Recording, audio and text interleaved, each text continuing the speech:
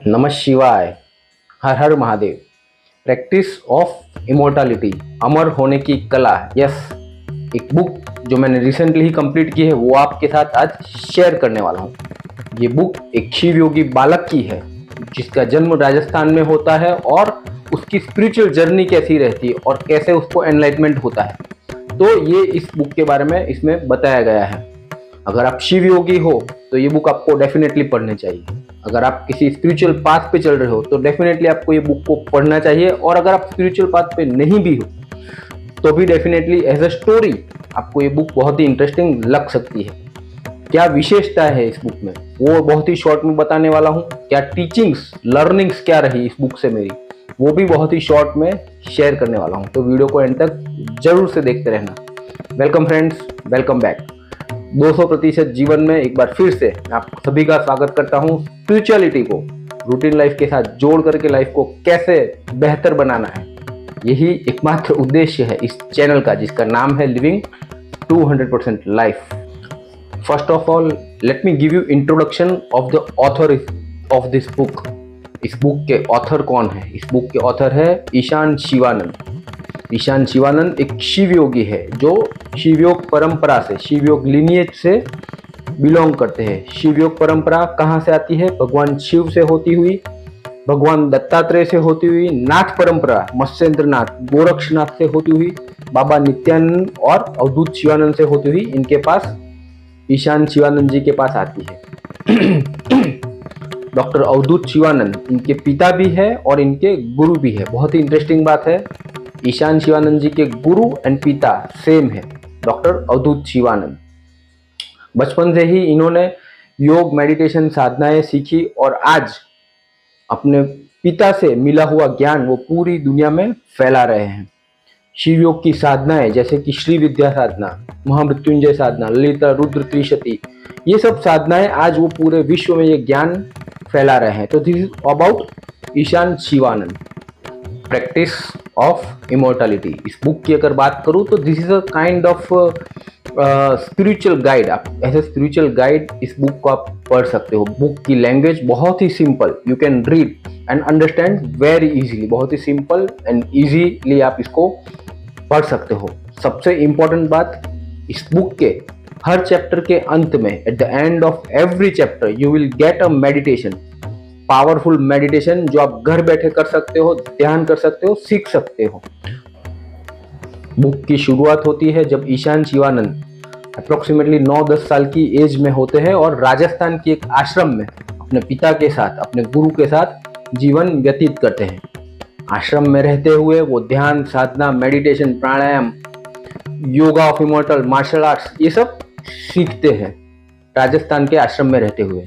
एक बार की बात है, बहुत ही बड़ी बाढ़ आती है राजस्थान में और वो आश्रम कोलैप्स कर जाता है, तो उनको वो आश्रम राजस्थान का छोड़ना पड़ता है। वहां से वो शिफ्ट होते हैं द्वारका, जो दिल्ली में स्थित है।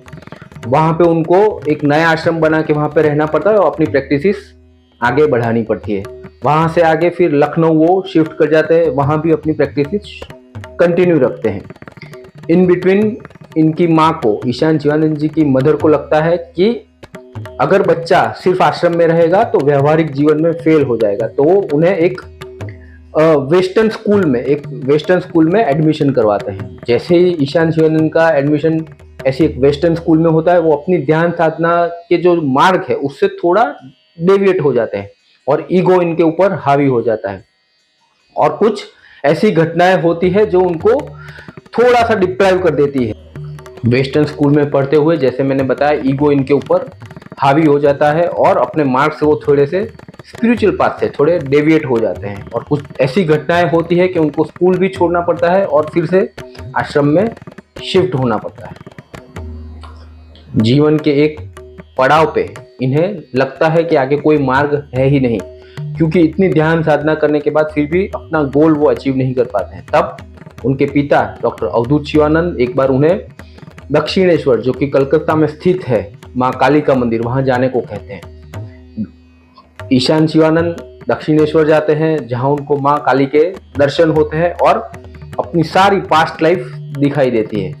तो पास्ट लाइफ से लेसन लर्न करते हैं और ये सब उसमें पूरा बुक में डिटेल में बताया गया है। मैं ऊपर से खाली टच कर रहा हूँ, और अपनी पास्ट लाइफ को देख करके उन्हें क्या आगे प्रेरणा मिलती है, आगे क्या अपने वो गोल को अचीव कर पाते हैं, नहीं कर पाते हैं, वो अगर आपको जानना है तो इस बुक की डिटेल में आपको जाना होगा और बुक में आपको पूरी इंफॉर्मेशन मिल जाएगी। ऑल इन ऑल एक छोटा सा बच्चा जिसकी लाइफ आश्रम में बीतती है अपने गुरु, अपने पिता के साथ, और वो कैसे स्पिरिचुअल पाथ पे आगे बढ़ता है, वो इस बुक में ऑल इन ऑल आपको देखने को मिल सकता है।